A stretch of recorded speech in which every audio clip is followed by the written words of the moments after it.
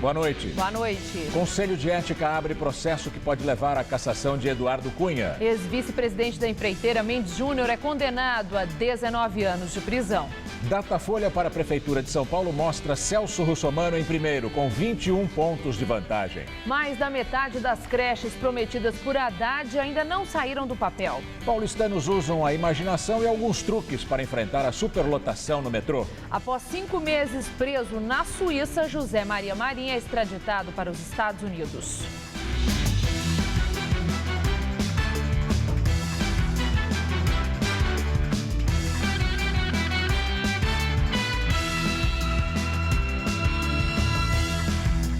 Uma das maiores reclamações de quem anda de metrô em São Paulo é a superlotação. Segundo um levantamento do próprio metrô, a quantidade de passageiros dobrou nos últimos 10 anos. Mas a expansão das linhas foi de apenas 36% nesse período. Isso por causa de obras que estão paralisadas ou já tiveram a entrega adiada várias vezes. Os atrasos e as falhas nos trens também contribuem para a aglomeração de passageiros. E diante desse cenário, muita gente tem que dar um jeitinho para embarcar em vagões mais vazios e economizar tempo. O Adilson chega à estação Vila Matilde, na zona leste de São Paulo, antes mesmo de sol raiar. E ele nem entra tão cedo assim no emprego. Isso aí é uma das várias táticas que ele usa para não ter dor de cabeça na ida ao trabalho pela linha 3, vermelha. A primeira estratégia, no caso, é chegar mais cedo, sair mais cedo de casa para evitar a superlotação do metrô. Ele também entra sempre pela mesma porta do mesmo vagão. É que assim ele desembarca na frente da escada rolante da estação Sé e ganha tempo ao fazer a baldeação para a linha 1, azul. O trajeto todo dá meia hora, quase metade do que se fosse em horário de pico. Você entra que horas no trabalho? Eu entro às 7 horas da manhã. Agora são 6h05. 6h05. Chegou cedo? Cheguei no horário normal, horário habitual para mim. Eu prefiro chegar mais cedo do que enfrentar a superlotação no metrô. A coisa piora mesmo lá para 7 horas da manhã. E aí parece que vale tudo. Se amassar no meio das pessoas, segurar nos outros para não cair, até dormir em qualquer lugar. Olha só. E sempre dá confusão. Gente, olha a criança! Para proteger o filho de situações assim, a Tainá embarca na área de desembarque de passageiros da estação Sé. Quando as pessoas descem, dá pra mim entrar rapidão antes que as outras do outro lado entram, né? Muito igual, mas eu consegui entrar assim mesmo. Olha só, uma estratégia da Eliane, ela gosta de vermelho, é montar uma estação no caminho dela para que ela possa pegar o trem mais vazio do centro, que é onde fica o trabalho dela. Vamos lá com ela? Pegou um pouquinho de tempo, mas a compensação veio mais tranquila. Outro ponto no metrô que entope todo santo dia é a conexão entre as linhas 4 amarela e a linha 2 verde. Para fugir desse aperto, o Caio desce antes. Eu pego a linha amarela lá no Butantã e como eu desço ali na Paulista, na altura do Conjunto Nacional, eu saio aqui pela Consolação porque é mais vazio, eu não ando tanto, não fica aquele passinho de índio para chegar até lá em cima. Mas eu fujo desse engarrafamento. Acho que se cada um fizer um pouquinho, né? Com a mochila na mão, o fone de ouvido, por favor, dá licença, acho que se torna um transporte melhor, uma viagem mais. Após protesto contra a fiscalização eletrônica para o descarte feito pelas empresas de caçambas, a Prefeitura prorroga por mais 90 dias o prazo para adaptação à nova lei. De manhã, filas de caminhões bloquearam o viaduto do Chá e ruas vizinhas no centro. Motoristas autônomos e de empresas de aluguel de caçambas reclamam do novo controle eletrônico para o descarte de entulho, que entraria em vigor amanhã. O sistema pretende combater o despejo clandestino em calçadas e terrenos baldios. Neste ano, a Prefeitura contou mais de 3.000 pontos de descarte irregular. Restos de obras e lixo, geralmente despejados durante a noite por caçambeiros que não querem pagar a taxa do aterro, cerca de R$ 17 por tonelada. Pela regra, cada caçamba vai receber um número de protocolo. E por meio desse número, no sistema eletrônico, a Prefeitura vai acompanhar o caminho do entulho. Vai poder saber com segurança se ele foi mesmo despejado no aterro, que terá de confirmar pelo número que recebeu o material. Antes, esse controle era feito por meio de uma guia de papel. Os caçambeiros dizem que os aterros e pontos de triagem cadastrados pela prefeitura não são suficientes e que não conseguem emitir guias no novo sistema. Primeiramente, eles não fazem o sistema funcionar.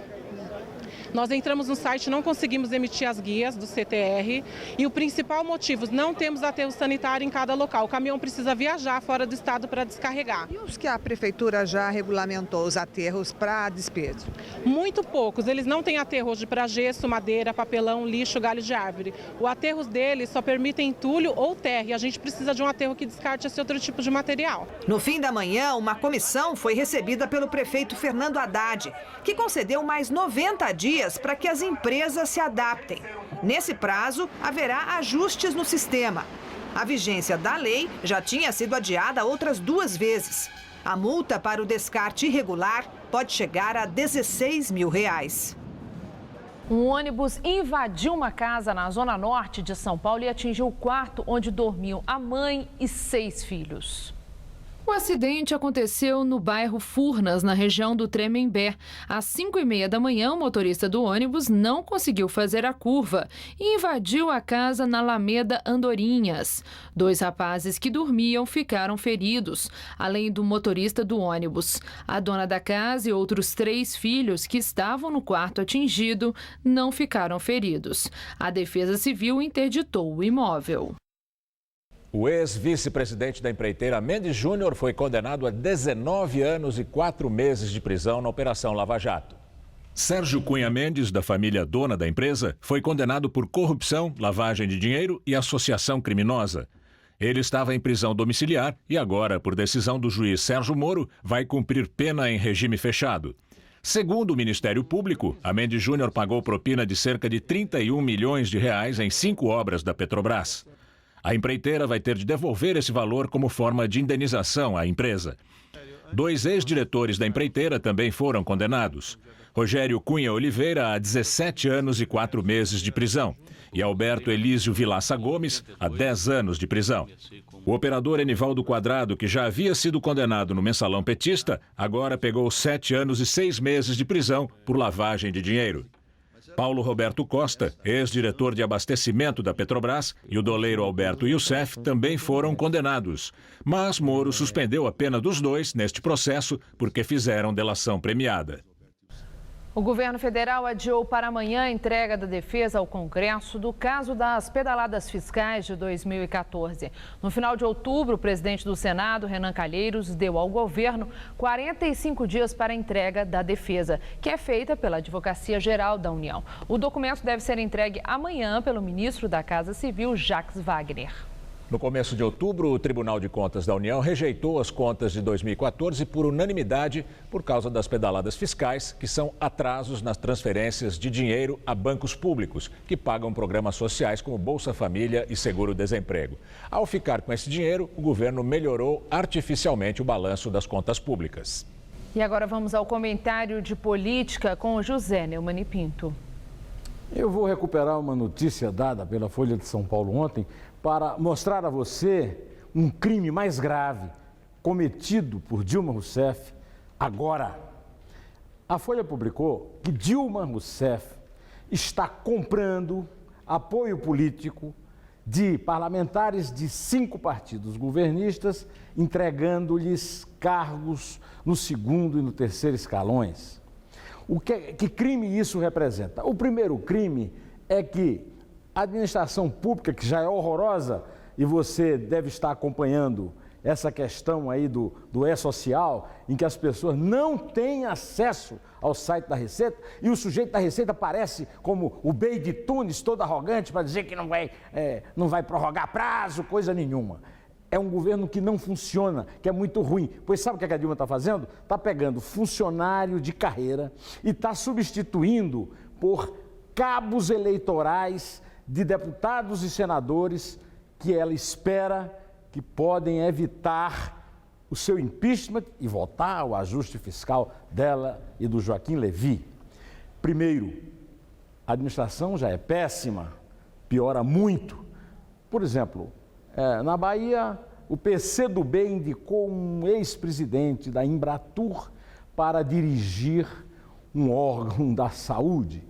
Na Paraíba, meu estado, foi indicado um corretor de imóveis para dirigir uma companhia de trens urbanos, que, aliás, eu só conheço na Paraíba um trem, é o que vai de João Pessoa para Santa Rita.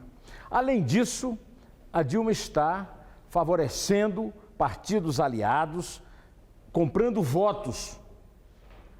E o que é pior, ela está usando dinheiro meu e seu.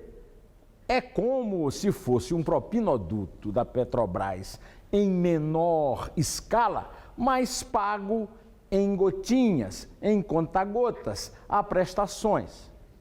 Qual é a diferença que faz que alguém diga que Dilma é honesta porque ela não está metida no propinoduto da Petrobras, desse tipo de atitude de comprar voto em troca de um benefício pessoal? 7 em cada 10 brasileiros querem que ela saia. E ela está usando o dinheiro de todos esses 7, mais dos outros 3 que a apoiam, para comprar votos no Congresso, para não sair da presidência e para que aprovem um ajuste fiscal que ela espera que amenize a crise econômica. Eu sei, na sexta-feira eu volto aqui direto ao assunto, cumprindo o meu dever. Até. Pesquisa Datafolha sobre a corrida à Prefeitura de São Paulo mostra Celso Russomano, do PRB, em primeiro lugar. Russomano aparece com 34% das intenções de voto. Em segundo lugar, empatados tecnicamente a senadora e ex-prefeita Marta Suplicy, do PMDB, o apresentador José Luiz da Atena, do PP, com 13%, e o atual prefeito Fernando Haddad, do PT, com 12%. A margem de erro é de 3 pontos. Em terceiro, vem Marco Feliciano, do PSC, com 4%. E logo depois, João Dória Júnior, do PSDB, com 3%. Feliciano aparece com 5%, quando o nome tucano é Andréa Matarazzo, que ficou com 4%. Essa pesquisa foi feita nos dias 28 e 29 de outubro e ouviu 1.092 pessoas aqui na capital. A eleição vai ser em outubro do ano que vem. O Datafolha também mapeou as preferências partidárias dos paulistanos. O resultado que o desinteresse pelos partidos políticos na cidade de São Paulo bateu um recorde. Há um ano das eleições municipais, 71% dos eleitores paulistanos afirmam não ter preferência por nenhuma das 35 siglas existentes.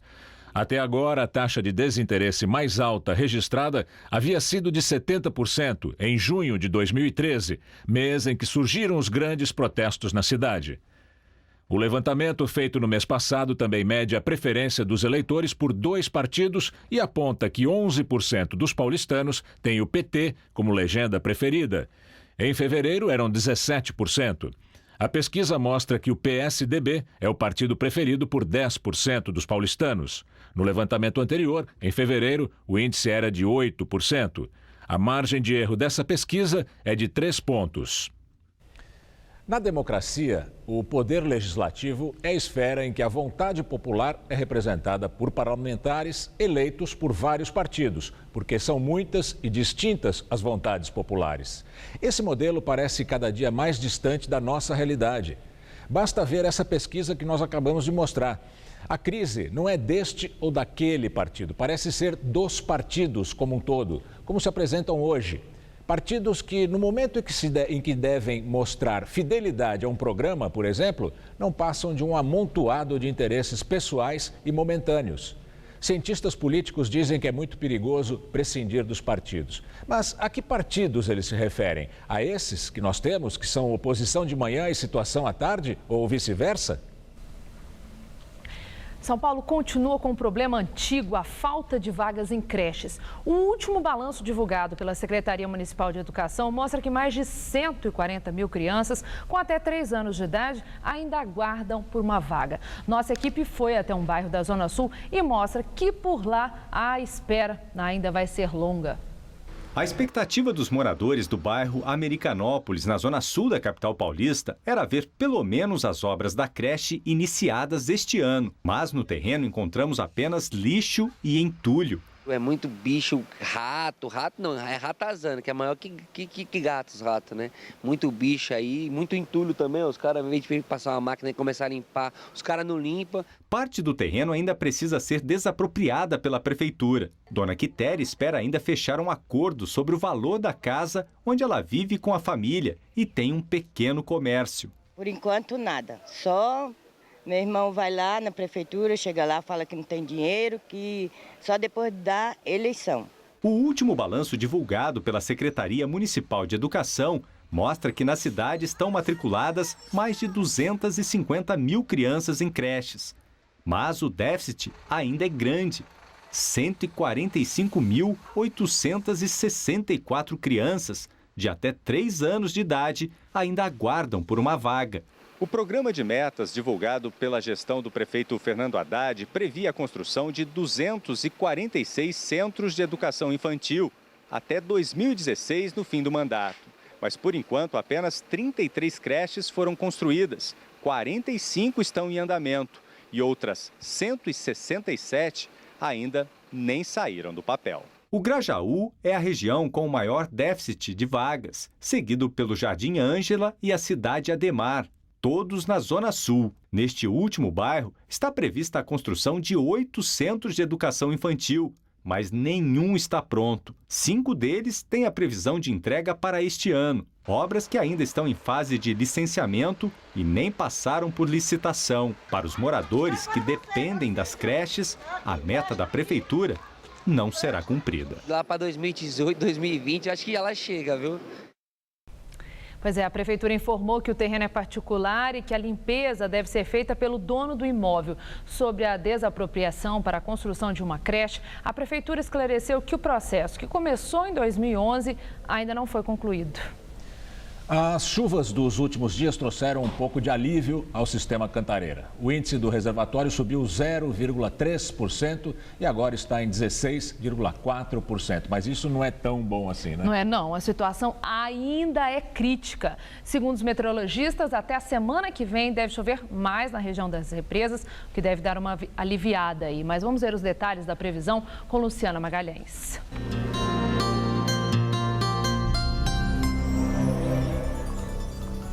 O tempo continua bastante instável nesta quarta-feira na maior parte do país.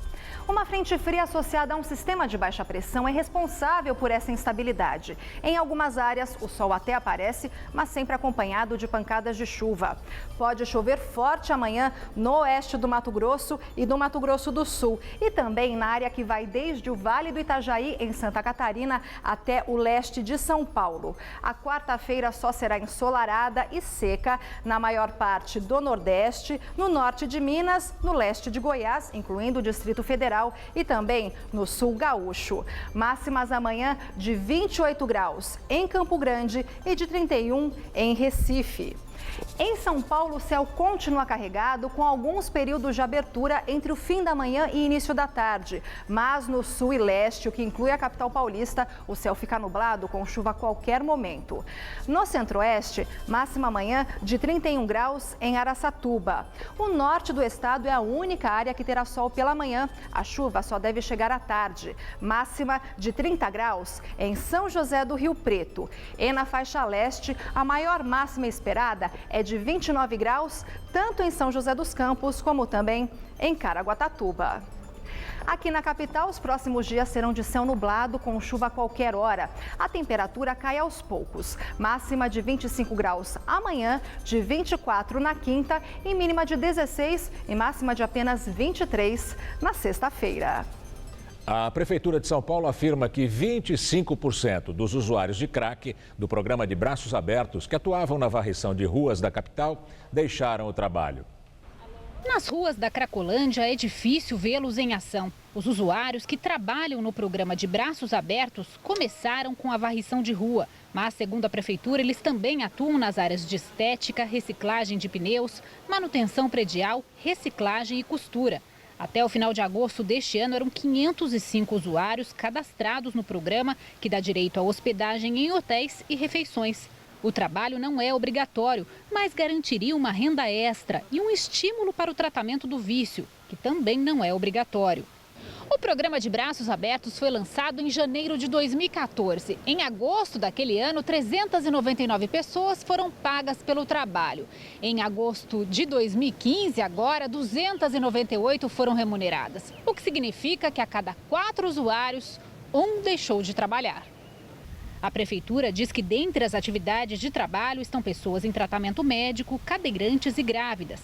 E que há pessoas que já foram encaminhadas para o emprego formal. Não houve redução no número de pessoas hospedadas e que recebem atendimento e alimentação. O município pretende abrir 50 novas vagas. O programa de Braços Abertos é uma bandeira do governo do prefeito Fernando Haddad. O objetivo é reduzir danos dos dependentes químicos, aumentando com o tempo a adesão ao tratamento. Balança comercial brasileira registra superávit de 1,996 bilhões de dólares em outubro. Segundo dados divulgados hoje pelo Ministério do Desenvolvimento, é o melhor resultado para meses de outubro desde 2011. Esse resultado ocorreu porque tanto exportações quanto importações caíram no mês passado. No ano, o superávit acumulado é de mais de 12 bilhões de reais. Alpargatas, empresa do setor de moda e calçados esportivos, anunciou hoje a venda das marcas Rainha e Topper a um grupo de investidores, aliás, liderado pelo empresário Carlos Wizard Martins. A operação de 48 milhões de reais não inclui fábricas e bens industriais vinculados às marcas. Faz parte do acordo a venda da marca Rainha no mundo e 20% da Topper no mundo, com exceção de Estados Unidos e China, onde a marca será licenciada por 15 anos aos compradores. Wizard foi o fundador da rede de idiomas com o mesmo nome que foi vendida para a britânica Pearson em 2013.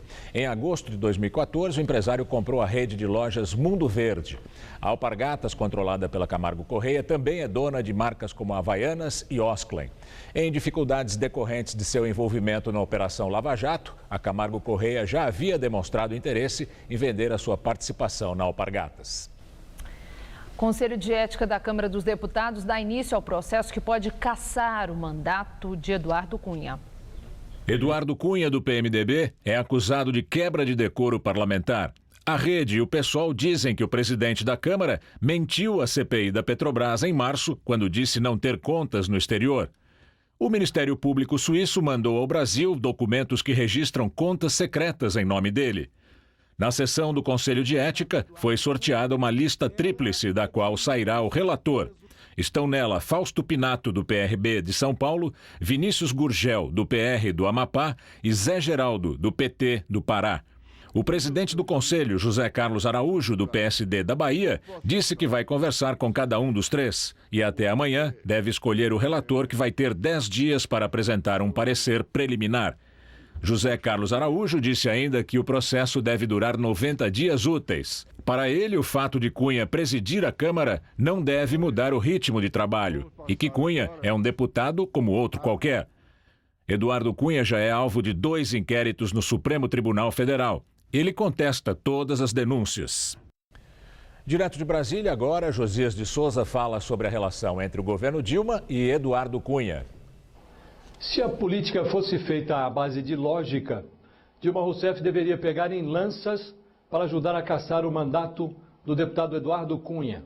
O presidente da Câmara é acusado de desviar verbas da Petrobras em pleno governo do PT. Dilma alega que não fez nada antes porque não sabia, mas agora todo mundo sabe de tudo.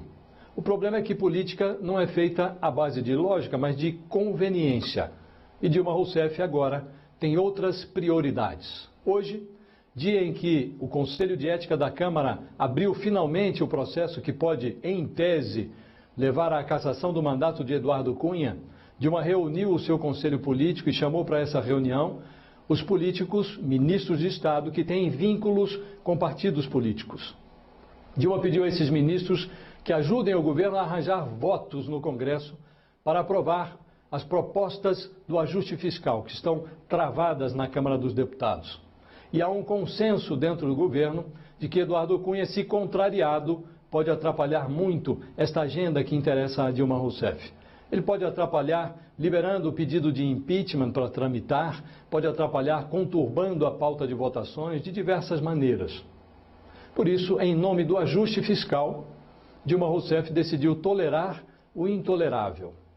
Chega um momento na vida das pessoas que é preciso tomar decisões definitivas. Não se trata apenas de decidir se vai usar esta ou aquela roupa, não. A decisão que você tomar vai, na prática, significar o que você realmente decidiu ser. Dilma Rousseff vive um momento desses. Desafiar Eduardo Cunha, dependendo do ponto de vista, pode significar o suicídio político para Dilma ou o início da sua redenção. Dilma analisou todas as alternativas e decidiu que o melhor a fazer no momento é se aproximar de Eduardo Cunha, é negociar com Eduardo Cunha, é adular Eduardo Cunha, é proteger Eduardo Cunha. O governo Dilma Rousseff decidiu ser Eduardo Cunha. Boa noite. São Paulo está a mais de 10 mil quilômetros de distância de Damasco, a capital da Síria. Mesmo tão longe de seu país, os refugiados sírios que chegam à capital se mantêm unidos pela religião e pelas tradições. Um dos pontos de referência, não só dos sírios em São Paulo, é a Mesquita Brasil, considerada a mais antiga da América Latina. A Muna desembarcou em São Paulo há quase 2 anos e viu na culinária uma forma de se sustentar. Ela vende doces típicos da Síria na porta desta mesquita no centro de São Paulo. Aceitava todo mundo, aceitava tudo religiões, aceitava tudo cores. Não tem problema aqui. Ela veio com o marido e 4 filhos. A Jaua, de 7 anos, já fala português fluentemente e diz que não tem saudades da Síria, não. Eu acho que a Brasil muito bonita porque eles ajudam a gente. A vida dessa e de outras famílias de refugiados sírios gira em torno da Mesquita Brasil. Fundada em 1929 no centro de São Paulo, é dona do título de primeira da América Latina. É um espaço não só de oração, mas também de convivência. Por isso, acaba sendo o primeiro destino de muçulmanos que chegam a São Paulo. Todo dia nós recebemos uma família no qual nós cadastramos aqui. Vemos a necessidade dessa pessoa, às vezes é moradia, às vezes é uma cesta básica, às vezes agasalhos. Nós temos um banco de dados onde alguns empresários oferecem trabalho, mas nós procuramos ensinar o português, porque se não tiver o português, essa pessoa não consegue um emprego. Dua conta que na Síria o marido foi intimado a se alistar no exército, mas se negou e por isso corria risco de ser preso. A família não teve escolha, senão vir para o Brasil. Nos primeiros meses foi difícil, principalmente para conseguir emprego, mas depois foi melhorando. O Brasil abriu as portas para minha família. A mesquita foi importante, é como se fosse um pedaço da Síria. Segundo dados do CONARE, o Comitê Nacional para os Refugiados, 2.077 sírios ganharam o status de refugiados do Brasil entre 2011 e agosto deste ano. Mas eles são só uma das nacionalidades que vem para o nosso país. Há 8 meses, o Abdellah resolveu sair do Marrocos, seu país de origem, para fugir não de uma guerra, mas de uma situação econômica difícil. Eu quero mais tempo aqui, porque conheci bem o Brasil, a cultura. Eu quero saber como eu trabalho aqui, como se bem pode ficar aqui.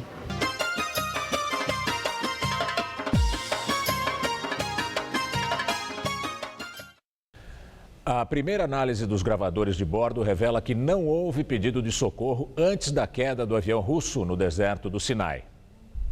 Os gravadores da cabine registraram diálogos de rotina entre os pilotos e controladores de voo e sons incomuns antes do acidente. Segundo o relatório inicial, os sons indicam que uma situação de emergência pegou a tripulação de surpresa e não houve tempo de enviar sinal de socorro. Um satélite americano detectou um clarão e aumento da temperatura quando o avião caiu, mas não foi registrado nenhum rastro de míssil. Isso indica que pode ter havido explosão do tanque de combustível ou de uma bomba dentro do avião. Especialistas e autoridades acreditam que a razão mais provável é falha técnica. O braço egípcio do Estado Islâmico reivindicou responsabilidade pela queda, mas o presidente egípcio Abdel Fattah al-Sisi disse que a afirmação é apenas propaganda do grupo extremista. Já chegou a São Petersburgo um segundo avião com restos mortais e pertences das 224 vítimas do acidente de sábado na Península do Sinai.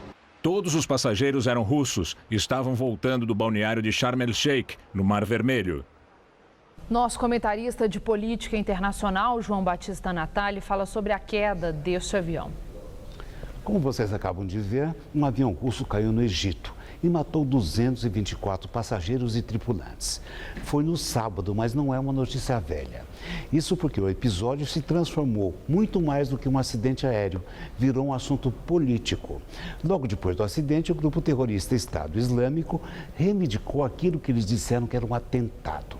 Mas o ditador do Egito, o general Abdul Sisi, disse hoje de manhã que os terroristas não têm nada a ver com isso e só querem fazer propaganda.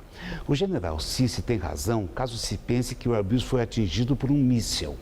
O Estado Islâmico não tem esse tipo de armamento, ainda mais para atingir um aparelho que voava a 9.400 metros de altura. Além disso, não daria para esconder um lançador de míssil no deserto do Sinai, onde o avião caiu. Mas ontem a companhia aérea disse que o acidente foi provocado por uma causa externa. Ela quis dizer que ninguém colocou uma bomba dentro do Airbus.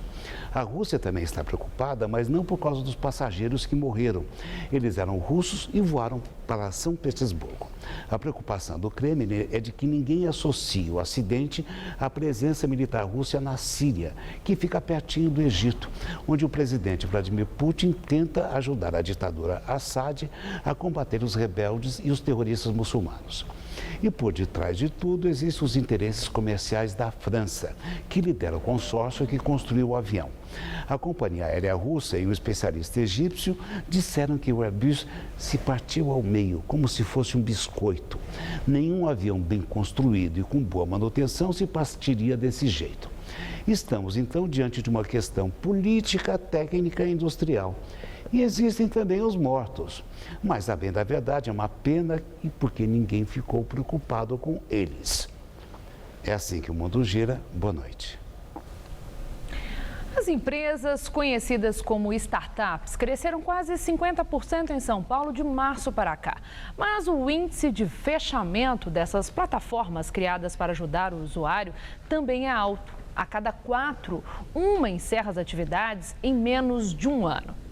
Quando você compra pela internet e você presta atenção nos comentários, geralmente ajuda. Mas como saber se a opinião sobre o produto é verdadeira? Para você ter uma ideia, 21% hoje das opiniões são publicadas nos e-commerces, que tem aquele botãozinho seja o primeiro a opinar, são de pessoas que nunca compraram ou nunca compraram naquele e-commerce ou nunca compraram aquele produto. Então aquelas opiniões são falsas. Esta empresa criou uma plataforma para filtrar e certificar a veracidade dessas informações.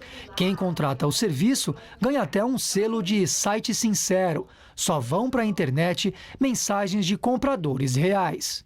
E-mail, telefone, dados de contato, por exemplo, a forma de pagamento que ela fez, quais foram os produtos que ela comprou, tudo isso a gente busca essas informações e elas vêm direto para nós. E aí o que nós fazemos? Nós disparamos então o e-mail buscando essa opinião desse consumidor. A empresa é uma startup, ferramentas inovadoras geralmente ligadas à área da tecnologia. 30 expositores participam em São Paulo da segunda conferência anual da categoria. De março para cá, esse modelo de negócio cresceu 47% na capital. Já são 1.212 operando por aqui. Em uma cidade como São Paulo, muita gente reclama do tempo perdido nos congestionamentos, principalmente para ir e voltar do trabalho.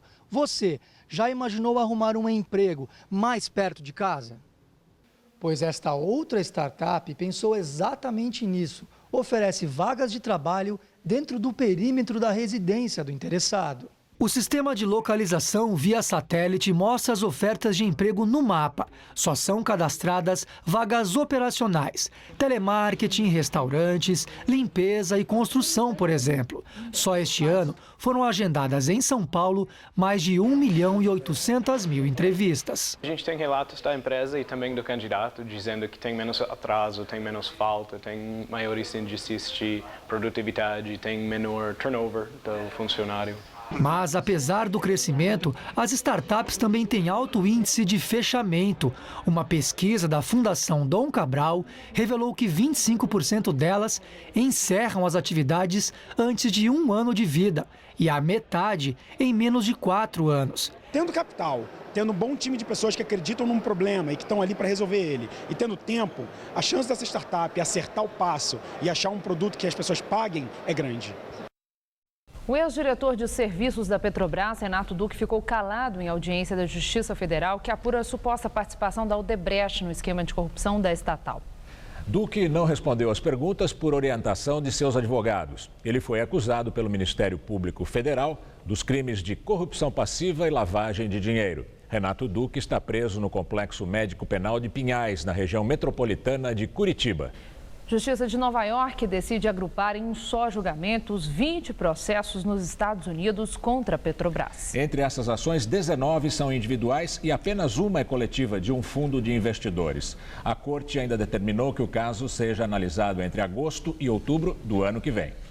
Na entrevista do dia com Maria Lídia Flandoli, a elevação do tom no discurso do PSDB contra o PT. Hoje entrevisto Alberto Goldman, vice-presidente nacional do PSDB, de densa e extensa carreira política, em que foi deputado estadual, federal, secretário de governo paulista, ministro de Estado e governador de São Paulo. Muito obrigada, Goldman, por estar conosco. Bom, a ideia é uma análise de fatos muito importantes que estão acontecendo no nosso universo político. Quero começar com um fato do dia. Foi instaurado no Conselho de Ética o processo que pede a cassação do presidente da Câmara, Eduardo Cunha. Goldman, que expectativa que o senhor tem em relação a isso? Vai prevalecer o que? A sensatez, a análise de fatos e provas ou o espírito corporativista na base do olhar para o Cunha e pensar, hoje é ele, amanhã posso ser eu? Na Câmara sempre prevaleceu a vontade popular. Vários casos em que eu convivi, a vontade popular prevaleceu. Se prevalecer a vontade popular, o Cunha estará fora. Eu acho que se não prevalecer nesse caso, porque afinal de contas não é só a vontade do Congresso, existe um acordo com o próprio governo. A presidente Dilma e ele estão hoje abraçados. Pode ser até um abraço de afogados, mas estão abraçados. Nesse momento, um se apoiando no outro, frágeis, mas se sustentando um ao outro. Eu acho que se não for no Congresso, na Câmara dos Deputados, o afastamento do Cunha, será através da denúncia que o Ministério Público está fazendo e através do Poder Judiciário. Mas ele tem que sair, porque ele não pode mais presidir o Congresso Nacional, a Câmara dos Deputados, porque ele tem realmente uma responsabilidade em atos de corrupção que ocorreram nesse país. Agora, Goldman, o PSDB tem sido cobrado. Eu vou usar uma expressão sua agora, que Cunha está abraçado a Dilma. O PSDB se abraçou a Cunha para ter ali uma garantia de que ele acolha o pedido de impeachment que foi entregue há alguns dias? Acho que no começo houve essa expectativa, sim, de muita gente do PSDB, não minha, mas de uma maioria dentro do PSDB. Hoje já não é bem assim. Hoje a maioria já acha que realmente não tem a hipótese de sustentar, isso já foi explicitado, inclusive, pelo presidente do partido, o Aécio, de que não é possível sustentar a figura do Eduardo Cunha. Como fazer? Como é que esse processo vai se dar? Daí para diante, nós temos ainda muitos lances. Porque nós temos que obedecer à lei, tem que obedecer à Constituição. Isso é fundamental, isso em primeiro lugar. Nós não queremos superar a lei e a Constituição. Mas nós temos que chegar ao momento em que Cunha seja afastado e que a presidente da República responda num processo de impeachment. Mas a pergunta que eu fiz, Gordon, foi o PSDB. O PSDB fez essa cobrança publicamente, que Cunha seja afastado, considerando já todas as evidências, considerando a situação em que ele está, de denúncias de corrupção, de provas, de Ministério Público, Procuradoria-Geral da União e até o pedido de investigação do Supremo? Fez não na forma tão incisiva quanto eu gostaria que fizesse. Na minha opinião, nós temos que ser muito mais duros, muito mais incisivos e nós devemos ajudar a levar o povo brasileiro às ruas, para que nas ruas a gente force a saída do Cunha se ele não sair e da própria Dilma Rousseff. Bom, Goldman, falando em incisivo, eu tenho lido seus artigos no seu blog e noto que o seu tom crítico foi parar nas alturas. Realmente, se tem ali um exemplo do termo incisivo, é naquilo que o senhor expressa. Eu queria falar primeiro a respeito do PT. Há algum tempo escreveu o fim de uma era, garantindo que tinha acabado a era do PT e do Lula. O Lula está aí fortíssimo, firme, resistindo bravamente a todas as denúncias que são feitas em relação a pessoas que foram ligadas a ele, em relação a familiares dele, está indignado com isso, dando muito apoio para Dilma, dando indicação para o Ministério, sendo atendido, qual seja... Ele, em termos de fim de PT e de Lula, a gente não está vendo grandes indicadores. Houve exagero e avaliação precipitada quando o senhor escreveu isso? Não, pelo contrário. Eu escrevi o fim de uma era, que era o fim de uma era há 2 anos e 4 meses. E venho escrevendo sobre isso há 2 anos e 4 meses. E dizia que poderia até acontecer, como de fato aconteceu, a Dilma ser eleita em 2014, como foi eleita. Agora, a era do PT encerrou. O PT acabou como partido político que chegou ao ponto onde chegou, com a credibilidade que tinha, com o apoio da população que tinha. Esse acabou. A Dilma deixou de ser presidente para entregar uma boa parte do governo, se não todo o governo, ao Lula. Por isso que o senhor usou a expressão carne morta, que Dilma e Eduardo Cunha são carne morta? São carne morta. É um termo Depende pesado, apenas, né? Pode ser um termo pesado, mas é um termo da realidade. São pessoas que estão exercendo o mandato, porque chegaram a esse mandato, e que nós sabemos que tem um prazo dentro do qual eles estarão fora. Em algum momento estarão fora. Não sei se será 3 meses, 6 meses ou 1 ano, mas o país não aguenta chegar até 2018 nessas condições. O país, a crise econômica é tão profunda que não é possível chegar nem hoje com a liderança do Lula. E o agravamento dessa crise pelo impeachment? Que já tem uma situação grave para ele e para a família. Tem 5 filhos empresários. Quem conhece a história do Lula, de onde ele veio, como é que ele veio, imaginar que você já tem 5 filhos que são empresários, que fazem negócios de milhões e milhões para cá, vendem e compram milhões, é algo inaceitável. Não existe isso, não é possível isso, não é crível isso, dentro de uma moral que nós temos que defender, uma lógica moral, não é possível isso. Então, ele ainda sustenta, com alguns fios é capaz, sim, ele ainda é o resto do mito que foi, não é mais o mito que foi, mas tem um resto de mito que foi, é o que resta ao PT. Mas isso vai acabar, está acabando e vai acabar logo. E o que é importante é que a gente consiga resolver esse problema, superar esse problema, para que o país possa começar de novo a trabalhar. Esse país parou, o país parou em todos os sentidos, na economia, no desenvolvimento social, nos valores. Esse país não tem mais, não consegue mais produzir. Nós vamos ter esse ano uma queda do PIB histórica, vamos ter o ano que vem uma queda do PIB histórica. Nunca no Brasil nós tivemos 2 anos seguidos de uma queda de PIB desse valor. PIB significa riqueza do país. O país está sendo destruído e nós temos que tirar essa gente daí para evitar a destruição do país. Trazendo aqui para São Paulo, ainda no tempo que nós temos, que nos resta, saiu a pesquisa mostrando Celso Russomano com uma diferença muito grande, ele com 34% de preferência de voto, segundo colocado Marta e Haddad, e o PSDB com Andréa Matarazzo lá atrás com 4%. O que é isso, Goldman? O PSDB está sofrendo desgaste de poder também, tanto quanto o PT no governo federal?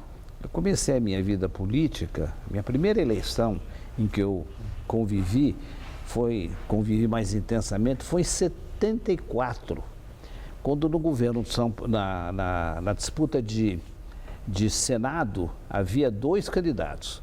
Carvalho Pinto, que tinha sido governador, tinha sido ministro, e que aparecia nas pesquisas numa época mais ou menos como essa, com 70% a 80%, 70% a 80%.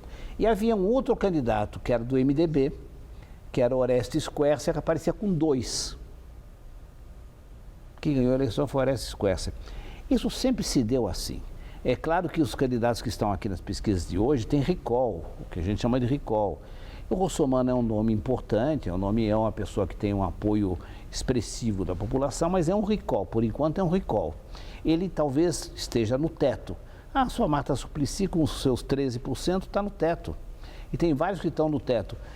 Os candidatos do PSDB que aparecem, os nomes que aparecem, ainda estão no piso. São pessoas que não são conhecidas ainda. Serão conhecidas. A disputa final, eu acredito, será entre o candidato do PSDB ou, quem sabe ainda, o Haddad consiga sair desse marasmo em que ele está, subir um pouquinho para disputar um segundo turno. Não vence, mas pode disputar um segundo turno. Ou então será o Celso Russomano disputante do segundo turno. Muito obrigada, Alberto Goldman. Eu que agradeço. Uma boa noite. Boa noite. Gamberini. Você vai ver a seguir. O ex-presidente da CBF, José Maria Marinho, é extraditado para os Estados Unidos. Vai ficar em prisão domiciliar. E é reaberto um dos mais famosos pontos turísticos da Itália. A Fontana di Trevi reabre depois de quase 1 ano e meio de restauração. Nesse mundo tudo evolui. A moda evoluiu. Os carros evoluíram. Os tratamentos de beleza também evoluíram. E make-up anti-sinais. Uma combinação de creme e cápsulas. O creme atinge as camadas mais profundas da pele e as cápsulas agem onde os cremes não chegam. Resultado? Com Imecap anti-sinais, os sinais da idade não aparecem. Imecap anti-sinais, a evolução no tratamento de beleza. Na crise, a gente se vira como pode. Afinal, tem que pagar prestação, aluguel. É muito pratinho para dar conta. Mas o prato do almoço, o governo do estado de São Paulo garante com o Bom Prato, o maior programa de alimentação popular do Brasil, com almoço a R$1. Eu tenho um valor a mais economizado aí para estar podendo ajudar minha família hoje, né? Ajudar quem mais precisa. É pensando em você que o trabalho não para. Governo do estado de São Paulo. Para você, dinheiro na mão é vendaval. Com o aumento dos preços, então, nem se fala. Por isso, a nossa programação traz dicas para você chegar ao final do mês sem ficar no vermelho. TV Gazeta. Bom te ver sempre bem. Qual Casper você é? A minha Casper é informação. A minha Casper é organização. A minha Casper é criação. A minha Casper é luz, câmera, ação. A minha Casper é comunicação, é teoria, é prática, é oportunidade de estágio, é a melhor localização. Essa é a minha Casper. E você, qual Casper você é? Nesse mundo tudo evolui. A moda evoluiu. Os carros evoluíram. Os tratamentos de beleza também evoluíram. E make-up anti-sinais, uma combinação de creme e cápsulas. O creme atinge as camadas mais profundas da pele e as cápsulas agem onde os cremes não chegam. Resultado? Com Imecap anti-sinais, os sinais da idade não aparecem. Imecap anti-sinais, a evolução no tratamento de beleza. Vem aí a maior premiação do futebol brasileiro. E o vencedor é... Vem aí, 12º Troféu Mesa Redonda, em dezembro. Troféu Mesa Redonda. Oferecimento Lux Color. Tudo que é muito bom é tão bom quanto pintar com Lux Color. Baltec. Super manta líquida impermeabilizante.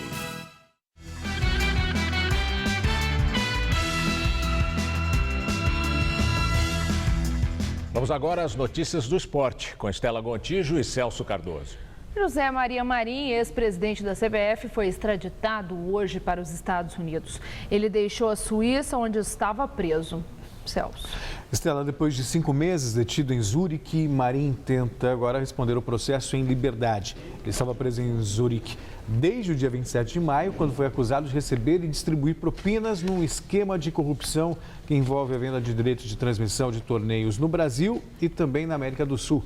Marin foi investigado pelas autoridades americanas por ter usado bancos do país para fazer as transações financeiras. Durante o voo, ele foi acompanhado por 2 policiais americanos e o avião em que viajava desceu em Nova York à tarde. Amanhã ele deve se apresentar para uma audiência na Corte Federal do Brooklyn e ele fechou um acordo para ficar em prisão domiciliar em Nova York, onde tem um apartamento.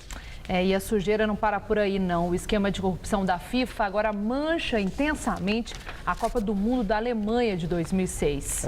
A Federação de Futebol Alemã agora é quem está sob investigação. A polícia da Alemanha e a Receita Federal do país realizaram uma operação de busca e apreensão na sede da Federação Alemã de Futebol em Frankfurt e nas casas do atual e ex-presidente da entidade. Os investigadores querem descobrir o que motivou um pagamento de quase 7 milhões de euros da Federação Alemã à FIFA em 2002. De acordo com a revista alemã Der Spiegel, o dinheiro teria sido usado para comprar votos na escolha do país como sede da Copa. A Federação Alemã e os dirigentes negam e afirmam que o dinheiro era apenas uma garantia financeira para a realização do Mundial. A FIFA diz que desconhece o pagamento feito para a entidade. A FIFA entende-se Josef Blatter. Impressionante, né, Celso? Cada vez mais investigações, mais sujeira se descobre, né? Debaixo do tapete ali, ainda tem muito mais para se falar. E na Alemanha, por exemplo, o esquema de caixa 2 para financiamento dessa ilegalidade na compra de votos, tudo isso está sendo investigado, envolve inclusive Franz Beckenbauer, por exemplo, também, um grande nome, um grande ídolo do futebol, que foi dirigente também do futebol alemão, Michel Platini na França, enfim, é um lamaçal que está sendo, pelo menos está sendo passado a limpo, a gente espera que o lado positivo é esse, né, que seja passado a limpo e que o futebol possa tomar o melhor rumo. E que aqui no Brasil também você tenha uma investigação séria e rigorosa para que os culpados também respondam na justiça. Esse lado é bom. Não pode, de repente, o presidente da CBF não sair do país porque vai ser preso lá fora e aqui ele continua no maior luxo, confortavelmente comandando o futebol brasileiro. Com certeza. Liga dos Campeões da Europa, tivemos hoje 8 jogos pela fase de grupos do torneio.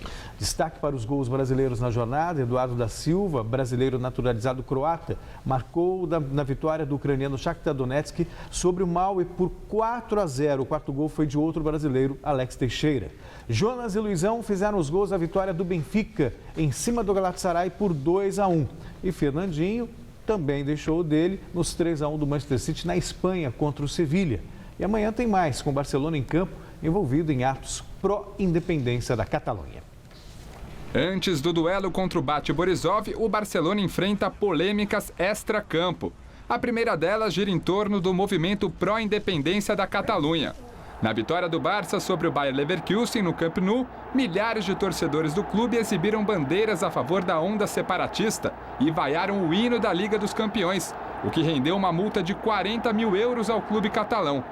A segunda polêmica fica por conta da comemoração dos jogadores do Barça após a vitória deste final de semana sobre o Getafe fora de casa pelo Campeonato Espanhol.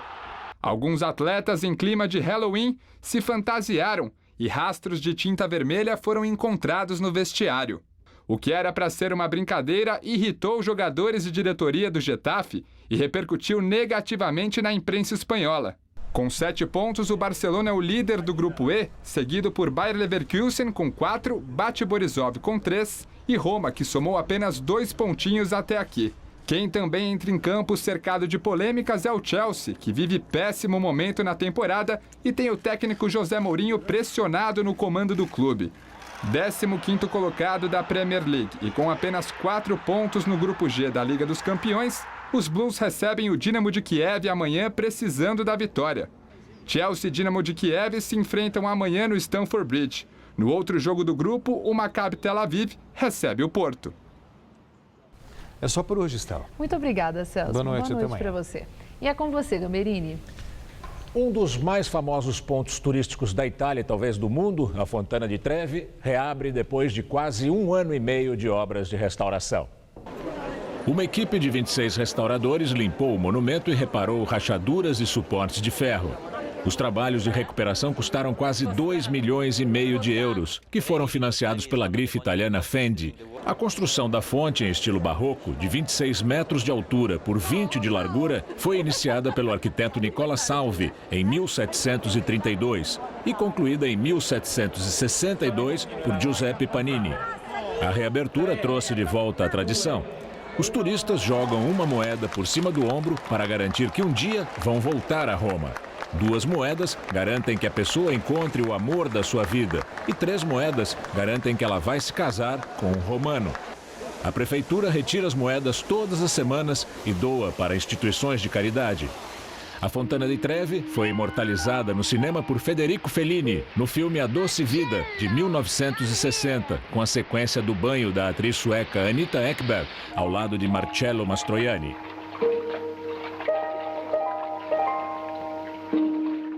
E o Jornal da Gazeta termina aqui. A edição de hoje pode ser vista no site do Jornal da Gazeta. Mais notícias em nossa edição das 10. Uma excelente noite para você. Voltamos amanhã, às 7h em ponto. Boa noite e até lá. Logo mais 10h30 no Todo Seu, a cantora Virgínia Rosa comanda o musical da noite.